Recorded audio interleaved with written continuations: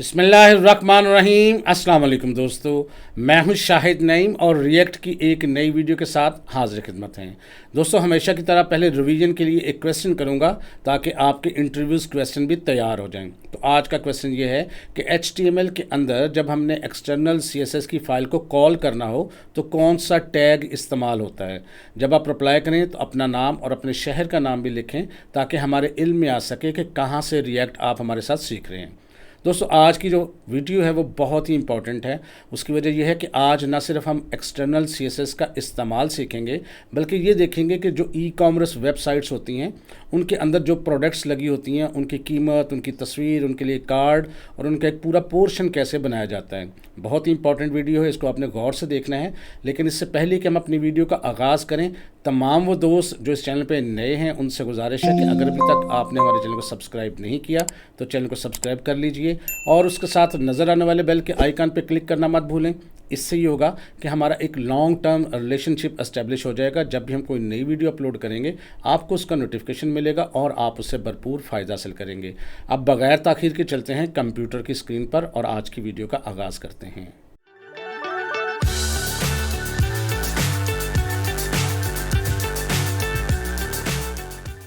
तो दोस्तों, अब हम देखेंगे कि रिएक्ट JS के अंदर हम एक्सटर्नल CSS कैसे इस्तेमाल कर सकते हैं और ना सिर्फ ये देखेंगे कि एक्सटर्नल CSS कैसे इस्तेमाल होती है बल्कि इसको इस्तेमाल करते हुए हम ई-कॉमर्स की तरह एक प्रोडक्ट बनाएंगे, उसकी पिक्चर होगी, उसका नाम होगा, उसकी प्राइस होगी और कैसे उसके लिए एक पोर्शन तैयार किया जाता है वो सब कुछ हम देखेंगे। लेकिन सबसे पहले हम देखते हैं कि HTML में भी तो हम एक्सटर्नल CSS का इस्तेमाल करते हैं और रिएक्ट में भी करते हैं। तो बेसिकली डिफरेंस क्या है दोनों में इस्तेमाल करने में, तो एक दो छोटे छोटे डिफरेंस है वो आपने समझ लेने हैं। उसके बाद आपके लिए कोई भी मुश्किल नहीं होगी। सबसे पहला डिफरेंस क्या है, इन HTML you link an external CSS file using link tag in the head section. Head section में आप लिंक टैग का इस्तेमाल करते हैं आप एक्सटर्नल CSS को लिंक करने के लिए या जोड़ने के लिए। जैसे ये देखें, हेड टैग है, उसके अंदर लिंक लिखा और उसके आगे यहाँ पर फाइल का नाम लिखना होता है। href के पोर्शन के अंदर आपने उस फाइल का नाम देना होता है जिसकी एक्सटेंशन नॉर्मली CSS होती है, जिसके अंदर आपने स्टाइलिंग लिखी होती है। लेकिन उसके बरअक्स रिएक्ट के अंदर क्या होता है, you import the CSS file directly into your component और मेन JS फाइल। जैसे इंपोर्ट लिखते हैं सिंगल कोट्स में या डबल कोट्स में भी कर सकते हैं, डॉट डालते हैं, डॉट्स मराद होती है करंट डायरेक्टरी या करंट फोल्डर, स्लैश और फाइल का नाम जिसका एक्सटेंशन जो है वो CSS होती है, तो वो उसको आप इस तरह से इंपोर्ट कर सकते हैं। तो ये बेसिकली पहले तो इंपोर्ट करने का फ़र्क है।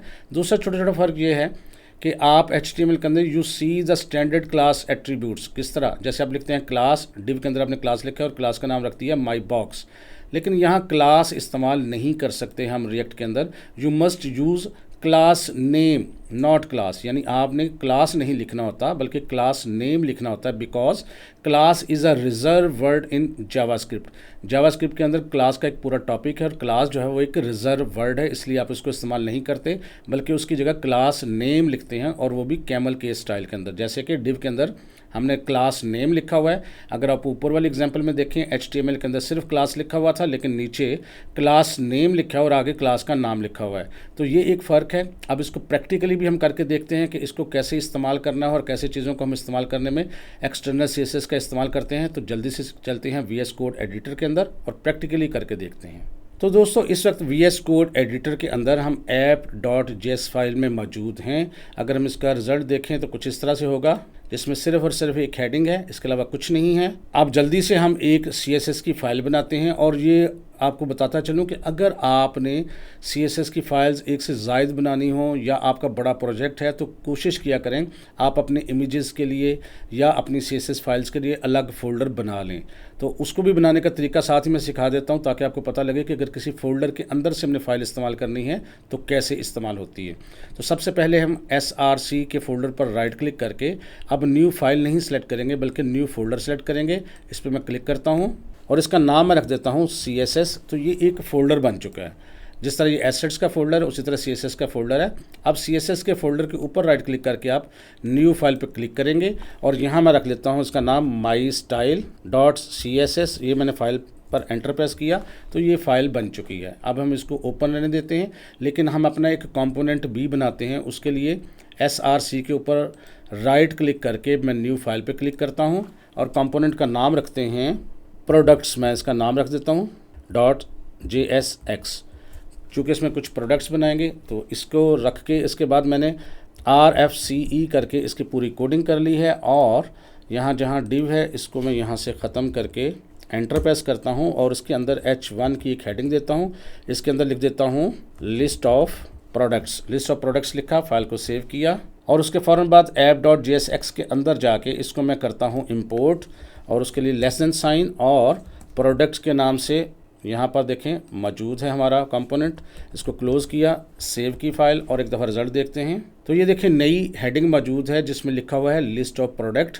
इसका मतलब है हमारा कंपोनेंट दुरुस्त तरीके से काम कर रहा है। अब हमारा कंपोनेंट तो दुरुस्त तरीके से काम कर रहा है, क्या हमारा जो CSS की फ़ाइल है वो हमने कैसे इसके अंदर इंपोर्ट करनी है और कैसे उसमें कुछ लिखना है उसको देखते हैं जल्दी से।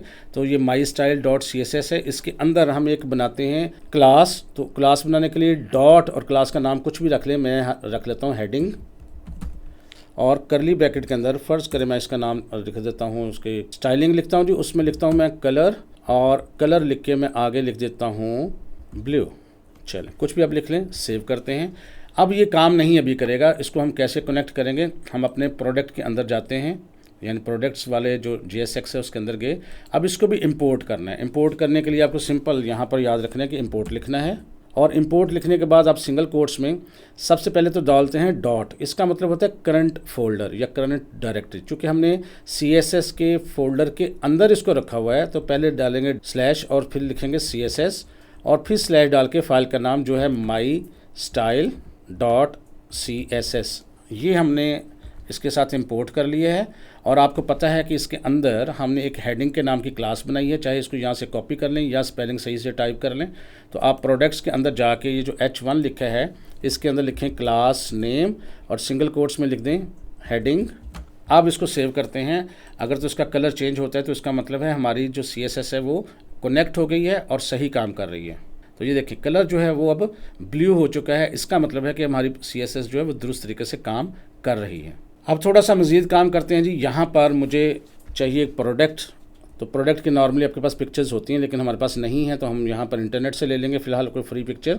तो सबसे पहले मैं यहाँ लिखता हूँ एक डिव के अंदर मैं क्या करता हूँ एक और डिव लेता हूँ और उसके अंदर img लिखता हूँ, और इसके अंदर src में हमने देना होता है सोर्स उस प्रोडक्ट का। अगर आपके पास फाइल है तो आप उसका सोर्स दे दें, नहीं तो हम इंटरनेट से वक्ती तौर पे लेके यहाँ पेस्ट करते हैं। तो मैं जल्दी से आपको लेके चलता हूँ गूगल पर, और कोई लेके आते हैं वहाँ से पिक्चर का सोर्स। और गूगल के सर्च बार में हम लिखते हैं अनस्प्लैश, और अनस्प्लैश लिखकर हम एंटर प्रेस करते हैं। जो भी पहली आपके पास सर्च में रिज़ल्ट है उस पर क्लिक करें। आपके सामने इस किस्म की एक वेबसाइट आ जाएगी जहां से हम फ्री इमेजेस ले सकते हैं।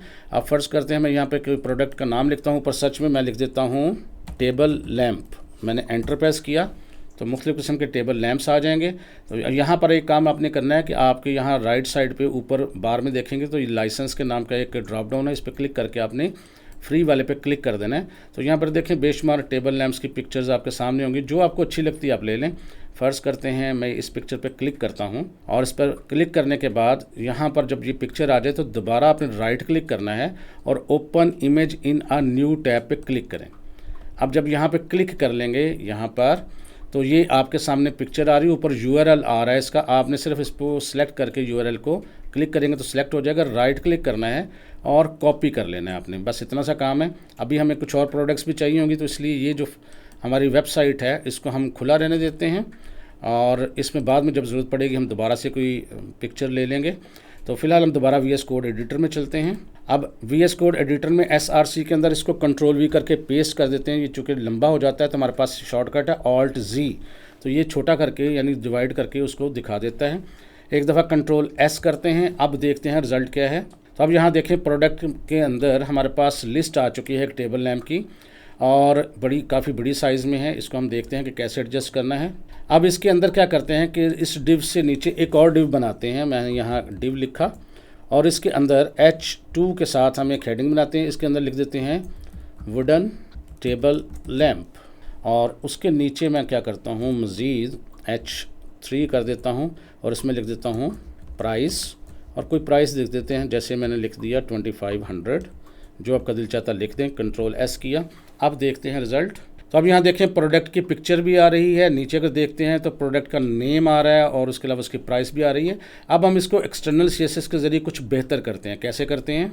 तो सबसे पहले हम चाहते हैं कि ये जो हमारा इमेज है इसका साइज़ छोटा हो जाए, और इसके लिए हम क्या करते हैं, अपनी mystyle.css में जाते हैं और यहाँ एक बना लेते हैं क्लास का नाम रख लेता हूँ img style, नाम जो मर्ज़ी रख लें, और यहाँ याद रखें आप हाइफन साइन दे सकते हैं।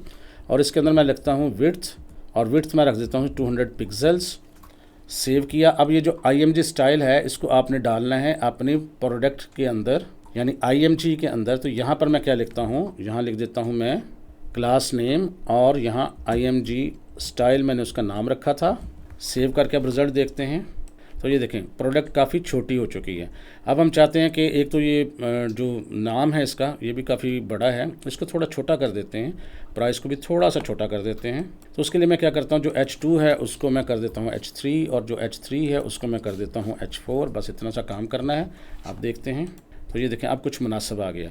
अब हम क्या करते हैं, माई स्टाइल में जाते हैं और एक और क्लास बनाते हैं। इसका नाम मैं रख देता हूँ डॉट प्रोडक्ट, और इसके अंदर मैं सिर्फ ये कर देता हूँ कलर, और ग्रीन कर देता हूँ मैं इसका कलर। अब हम क्या करेंगे, प्रोडक्ट्स में जाके यहाँ पर H3 के अंदर सिर्फ लिख देते हैं क्लास नेम, और इसको कर देते हैं प्रोडक्ट, जो भी हमने क्लास का नाम रखा है। सेव करके रिज़ल्ट देखते हैं तो ये देखें ग्रीन हो चुका है। अब थोड़ी सी मज़ीद स्टाइलिंग करेंगे इसकी। तो हम क्या करते हैं, ये जो हमारी ऊपर वाली डिव है इसको कुछ हमने स्टाइलिंग देनी है। तो हम यहाँ पर उसका नाम रख देते हैं, ये यहाँ पर क्लास का नाम रखते हैं डॉट कार्ड रख लेता हूँ। मैंने कार्ड इसका नाम रख लिया, वैसे जो मर्ज़ी रख लें। और इसके अंदर मैं क्या करता हूँ, सबसे पहले इसकी विड्थ सेट करता हूँ। विड्थ इसकी भी मैं रखता हूँ 200 पिक्सल्स। उसके अलावा मैं इसमें शामिल करता हूँ मार्जिन, थोड़ा सा फासला रहेगा 10 पिक्सल्स का। उसके अलावा मैं इसमें शामिल करता हूँ बॉर्डर को दे देते हैं हम 3 पिक्सल्स सॉलिड, और ग्रे कलर का मैं दे रहा हूँ बॉर्डर। इसके अलावा हम इसमें डालते हैं बॉक्स शेडो, और इसमें मैंने पहले भी कहा था कि आप इसका देखें सिंटैक्स, क्योंकि इस वक्त हम CSS नहीं पढ़ रहे। 3 दफ़ा मैंने 5 पिक्सल लिखा, आखिरी पे मैंने 0 पिक्सल लिख के और इसमें भी ग्रे कलर ही दे दिया। सेव करते हैं। अभी तक इसमें प्रोडक्ट में कोई रिज़ल्ट नहीं आएगा, ये देखें ये वैसे की वैसे ही है। अब इसके लिए क्या करना पड़ेगा, हमें प्रोडक्ट्स के अंदर जाके ये जो हमने क्लास नेम दिया है ना कार्ड, इसको लिखना पड़ेगा मेन डिव के अंदर। ये जो मेन डिव है इसके अंदर लिखना पड़ेगा क्लास नेम, और कार्ड इसका नाम देना पड़ेगा। सेव किया। अब रिज़ल्ट देखें। अब देखें हमारी प्रोडक्ट काफ़ी हद तक बेहतर हो गई है। अब हम चाहते हैं कि जो हमारा टेक्स्ट है ये भी सेंटर में आ जाए ताकि अच्छा लगे। तो एक काम और करते हैं, तो style.css में जाके हम एक काम ये भी करते हैं कि यहाँ लिख देते हैं टेक्स्ट अलाइन और सेंटर। एक काम ये किया हमने, और इसके अलावा एक काम और करते हैं, बॉर्डर रेडियस जो है हम सेट कर देते हैं 5 पिक्सल्स कर देते हैं। अब देखते हैं तो ये देखें अब हमारा कार्ड जो है वो बन चुका है। और इसमें अगर कोई मज़ीद तब्दीली करनी हो तो बेशक कर लें, लेकिन ये काफ़ी है, ठीक है। इसी तरह का हम एक और कार्ड बनाते हैं मुख्तलिफ प्रोडक्ट के साथ। अब उसके लिए क्या करेंगे, अब इसके लिए ये करेंगे अपने प्रोडक्ट्स में जाके, एक तो मैं इसको यहाँ पर जहाँ कार्ड लिखा हुआ है ये हमारी मेन डिव है, इसको यहाँ से छोटा कर रहा हूँ, ये देखें। अब आपने सिर्फ ये करना है कि इसको यहाँ से, अच्छा एक काम मैं और कर लेता हूँ ताकि हम इसको मज़ीद बेहतर कर सकें। हम इसके ऊपर एक और डिव लेते हैं, ये देखें डिव लिया मैंने, और ये जो कार्ड था इसको यहाँ से बस मैं कट करके Ctrl X करके इसके अंदर डाल रहा हूँ, Ctrl V, और इसको मैं यहाँ पर दोबारा से फोल्ड कर देता हूँ ताकि अच्छे से नज़र आए। ये देखें, और राइट क्लिक करके मैं एक दफ़ा यहाँ पर फॉर्मेट डॉक्यूमेंट भी कर देता हूँ। ये हमारा बेसिकली एक जो कार्ड के नाम से ये हमारा पूरी एक प्रोडक्ट है। अब इसको सिलेक्ट कर लेते हैं, Ctrl C करते हैं, और इसके नीचे एक दफ़ा मैं पेस्ट कर देता हूँ। जब पेस्ट करते हैं तो ये खुल जाता है, तो इसको दोबारा किसी वक्त भी आप इसी तरह फोल्ड कर सकते हैं। ये देखें, ये ऊपर वाला कार्ड, ये नीचे वाला कार्ड। अब नीचे वाले कार्ड के अंदर मैं प्रोडक्ट मुख्तलिफ करना चाहता हूँ, तो यहाँ पर ये जो SRC पहले से मौजूद है इसको मैं यहाँ से कर रहा हूँ रिमूव। ये देखें जी, इसको मैं सेलेक्ट करके यहाँ से रिमूव करता हूँ। अब इसकी जगह कोई और हम सोर्स लेके आएंगे, यानी SRC कुछ और लेके आएंगे। अब जल्दी से अनस्प्लैश वाली वेबसाइट है उस पर चलते हैं। अब यहाँ पर मैं कोई और प्रोडक्ट लिखता हूँ, जैसे कि मैं यहाँ लिख देता हूँ लेडीज़ पर्स, मैंने एंटर किया, और याद रखें ये फ्री वाला ही आप लें।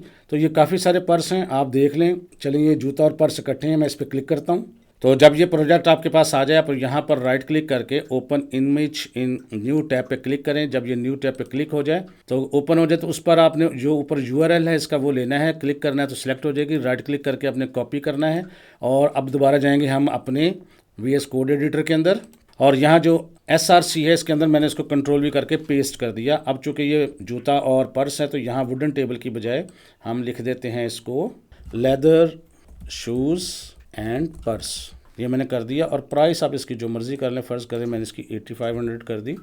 सेव करके आप रिज़ल्ट देखते हैं तो ये देखें जी हमारी 2 प्रोडक्ट्स बन चुकी हैं, और एक में लेदर शूज़ एंड पर्स लिखा है, उसकी कीमत है, और एक में यहाँ पर टेबल लैंप है।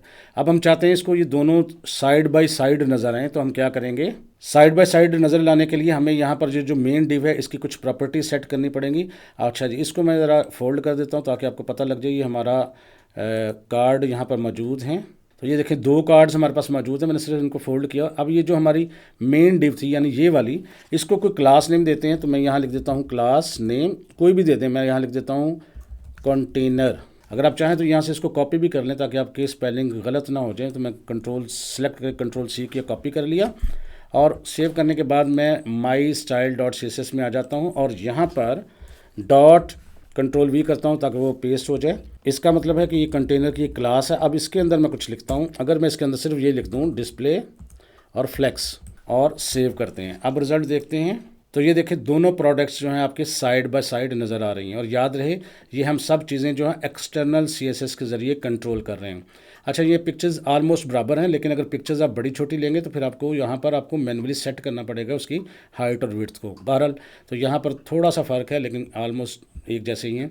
अब हम इसके जो प्रोडक्ट्स हैं, अगर हमारी प्रोडक्ट्स ज़्यादा हों, इसको हम थोड़ा सा मज़ीद कॉपी कर देते हैं। products.jsx में जाके ये जो 2 हमारी प्रोडक्ट्स हैं इन दोनों को मैंने सेलेक्ट किया है, कंट्रोल-C से कॉपी किया है, और नीचे मैंने 3-4 दफ़ा यहाँ पर पेस्ट कर रहा हूँ जी, यहाँ पर 3-4 दफ़ा पेस्ट कर रहा हूँ ताकि काफ़ी सारे प्रोडक्ट्स आ जाएँ। फाइल सेव किया, अब रिज़ल्ट देखें तो ये देखें काफ़ी सारे प्रोडक्ट्स आ गए, लेकिन इस तरफ को हैं, ये देखें हमें हॉरिजेंटली नज़र आ रही हैं। अगर हम इसको वर्टिकली करना चाहें तो क्या करेंगे, इसके लिए हमें सिंपल mystyle.css में जाना है, और ये जो कंटेनर वाली क्लास है इसके अंदर लिख देना है फ्लेक्स वॉर्प, और इसके अंदर लिख देना है वॉर्प। बस इतना सा काम करना है। आप सेव करके रिज़ल्ट देखें तो ये देखें जी, आप प्रोडक्ट्स की ज़ाहिर है पिक्चर्स बदलेंगे, नाम बदलेंगे, कीमत बदलेंगे तो आपकी पूरी एक तैयार हो जाएगी, यहाँ पर वेबसाइट का एक डिज़ाइन तैयार हो जाएगा। और अगर इसका जूम छोटा बड़ा करेंगे तो देखिएगा खुद ब खुद जो ये एडजस्ट करेगी। ये देखें जूम मैंने कम किया है तो आपको देखें यहाँ पर भी जूम यहाँ से भी कम कर सकते, 3 डॉट्स पे क्लिक करके यहाँ से जूम को हम आउट या इन कर सकते हैं। ये देखें जितना इन करते जाएंगे वो एडजस्ट करता जाएगा, जितना आउट करते जाएंगे वो उस हिसाब से एडजस्ट करता जाएगा। ये आपकी अपनी मर्ज़ी है कि आपने कहाँ उसको एडजस्ट करना है। तो मैं यहाँ इसको एडजस्ट करता हूँ। अच्छा, अब हम इसमें मज़ीद कुछ तब्दीलियाँ भी कर सकते हैं, याद रखिएगा। और तब्दीलियाँ कैसे कर सकते हैं, फ़र्ज़ करते हैं अगर ये जो हमारी कार्ड वाली पूरी हमारे पास क्लास है, अगर इसके अंदर मैं ये 2 चीज़ें जो हैं, फ़र्ज़ करते हैं मैं यहाँ इसको कमेंट आउट कर देता हूँ। यहाँ पर देखिएगा मैंने कमेंट आउट कर दी तो रिज़ल्ट देखें क्या आता है। अब आपके प्रोडक्ट्स इस तरह से फीकी फीकी से नज़र आनी शुरू हो जाती हैं। लेकिन अगर आप ये बॉक्स शेडो वाला जो लेते हैं ऑप्शन, अगर मैं यहाँ से इसको करता हूँ कॉपी कंट्रोल-C से, और इसको यहाँ पर इमेज स्टाइल के अंदर मैं इसको पेस्ट कर देता हूँ, तो देखें क्या होता है। सेव करके रिज़ल्ट देखते हैं। अब यहाँ देखें इमेज जो है वो आ तो रहा है और उसके नीचे शेडो आ रहा है, लेकिन बॉक्स नहीं आ रहा। तो आप इस तरीके से भी कुछ कर सकते हैं। कुछ और करके देखते हैं। अगर यहाँ पर मैं इमेज स्टाइल के अंदर यहाँ लिख देता हूँ बॉर्डर रेडियस, और मैं यहाँ लिख देता हूँ फ़र्ज़ करते हैं 5 पिक्सेल्स। अब देखते हैं क्या होता है। तो ये देखें हम आपकी पिक्चर्स जो हैं वो थोड़ी थोड़ी कर्व होकर नज़र आ रही हैं, उसके किनारे गोल हो गए हैं। और इसको इस तरह से भी कर सकते हैं। फ़र्ज़ करते हैं इसको 5 पिक्सेल्स की बजाय हम यहाँ 5% कर देते तो क्या होता देखते हैं। अब भी ये किनारे गोल हैं लेकिन कुछ ज़्यादा हो गए हैं। लेकिन अब अगर मैं कुछ और करूँ, अब इसको मैं 25 कर देता हूँ तो क्या होता है।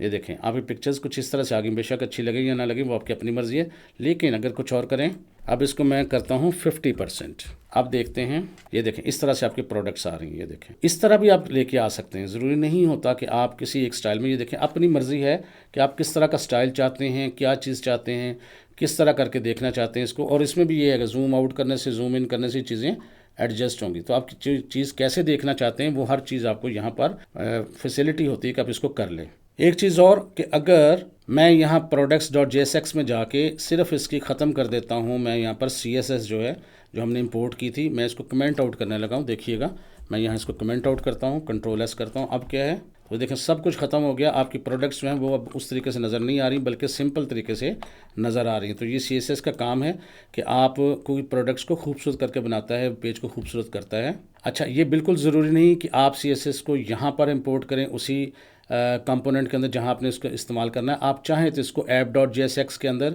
या main.jsx के अंदर भी इंपोर्ट कर सकते हैं। जैसे मैं इसको कॉपी कर दिया और app.jsx के अंदर जाके मैं इसको पेस्ट कर देता हूँ, कमेंट आउट नहीं किया हुआ। अब क्या ये काम करेगा?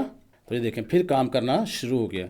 इसका मतलब है ये किसी भी फाइल में हो जो कॉल की गई हो तो आपका वो कहीं पर भी इस्तेमाल हो सकती है, किसी दूसरे कंपोनेंट में भी उसको इस्तेमाल किया जा सकता है। तो दोस्तों मैं उम्मीद करता हूँ कि आपको एक्सटर्नल CSS का इस्तेमाल आ गया होगा और उसमें से कुछ ना कुछ आपने नया ज़रूर सीखा होगा।